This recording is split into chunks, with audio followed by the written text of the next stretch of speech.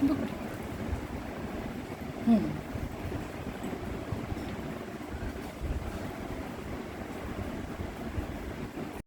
কোথায় গিয়ে আমার মেয়ে এভাবে পোজ দিয়ে ছবি তুলছে, আর কার বাসায় গিয়েছিলাম দাওয়াত খেতে, কিসের দাওয়াত ছিল তা নিয়ে থাকছে আমার আজকের ভিডিও। আশা করি আমার ভিডিওটা পুরোটাই দেখবেন। হ্যালো এভরিওয়ান, আসসালামু আলাইকুম। আশা করি সবাই ভালো আছেন। সবাইকে আমার নতুন একটা ভিডিওতে স্বাগতম। আমার চাচার বাসায় গিয়েছিলাম, চাচার বাসায় দাওয়াত ছিল আমার চাচাতো বোনের বেবি শাওয়ারের দাওয়াত। আর এই ভিডিওটা হচ্ছে আমার আগস্ট মাসের ভিডিও, তো আপনাদের সাথে শেয়ার করা হয়নি, ভাবলাম শেয়ার করে দিই। তো মেয়েকে নিয়ে আসলাম দুপুরবেলায় মানে খাওয়া দাওয়া করার জন্য। তো বেবি শাওয়ারের দাওয়াত ছিল আমার কাজিনের। এর মধ্যে এসে দেখি আমার কাজিনের শ্বশুরবাড়ির সবাই চলে এসেছে, আমাদের একটু আসতে লেট হয়েছে। আর বাচ্চা নিয়ে কোথাও গেলে না, মানে তার আগে একটু প্রিপারেশন নিতে নিতে না লেট হয়ে যায়। তো যাই হোক, তারপর গিয়ে দেখি যে আমার অন্য কাজিনরাও চলে এসেছে। আমার আত্মীয় স্বজন যারা আছে সবাই আমরা একসাথে হয়েছি। আর মানে বোনেরা যদি একসাথে বসে না, তাহলে তার কথাই নেই, মানে শুধু গল্প আর গল্প, মানে কোত্থেকে যে গল্প চলে আসে। দেখা যায় যে আমরা 2024 সালে বসে আছি, তবে আমরা গল্প করছি 5 সালের 6 সালের। তো আমাদের সাথে যেহেতু আমাদের বাচ্চারা আছে, মানে আমার যে বোনেরা আর কি, এক একজনের একটা দুটো করে বাচ্চা, তো ওদেরকে আসলে আমাদের পুরোনো গল্পগুলো শোনাই। তো এর মধ্যে আমার মেয়েও আসলে খেলাধুলা করছে। আর এই যে বেবিটা দেখা যাচ্ছে, এই বেবিটার সাথে আমার মেয়েকে খেলতে বলছিলাম যে তুমি ওর সাথে খেলো। আর বেবিটা হচ্ছে আমার কাজিনের জায়ের মেয়ে। তো ও খুবই দুষ্টু আর কি বাচ্চাটা। তো মেয়েকে বলছিলাম ওর সাথে খেলা করতে। আর পাশে যে মেয়েটা বসে আছে, ওরই হচ্ছে বেবি শাওয়ারের দাওয়াতে এসেছি। তো এর মধ্যে আমাদের খাবারের ডাক পড়ে গেছে, মানে তার আগে আমার বোনের শ্বশুরবাড়ির মানুষ খাওয়া দাওয়া করেছে, মেহমানরা খাওয়া দাওয়া করেছে, তারপর আমরা বসে গিয়েছি। মানে আমরা বলতে বাচ্চাদেরকে আসলে আগে দিয়ে দিয়েছি, আমার মেয়ে আমার ছেলেকে। আর ওই যে সামনে বসে আছে আমার আরেক বোনের ছেলে মেয়ে। তো দেখা যায় যে বাচ্চাদেরকে খাওয়া দাওয়া করে দিলে না, পরে আমরা একটু মানে আস্তে আস্তে খেতে পারবো।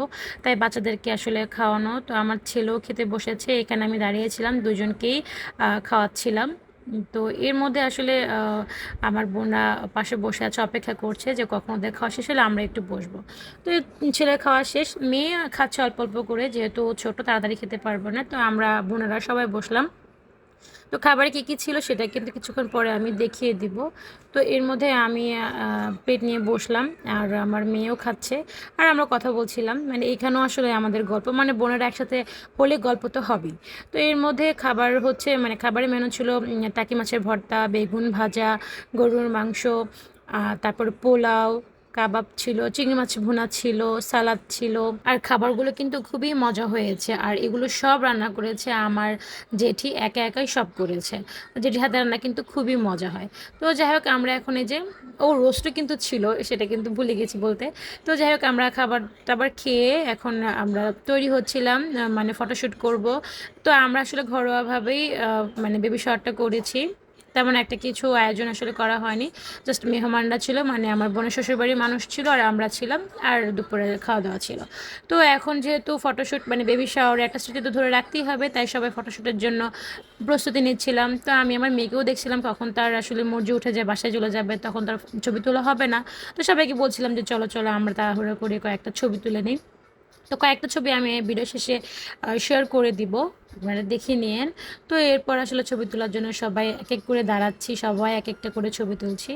তো এর মধ্যে এই যে আমারই বোনটা, মানে ও সহজেই আসলে ক্যামেরার সামনে আসতে চাচ্ছিল না। আর এই দুজন হচ্ছে আমার আরেক বোনের, মানে ওই যে আমার বোন দাঁড়িয়ে আছে, ওর ছেলে মেয়ে, ওর এক মেয়ে দুই ছেলে। আর ওই যে আমার মেয়ে তো দাঁড়িয়ে আছে।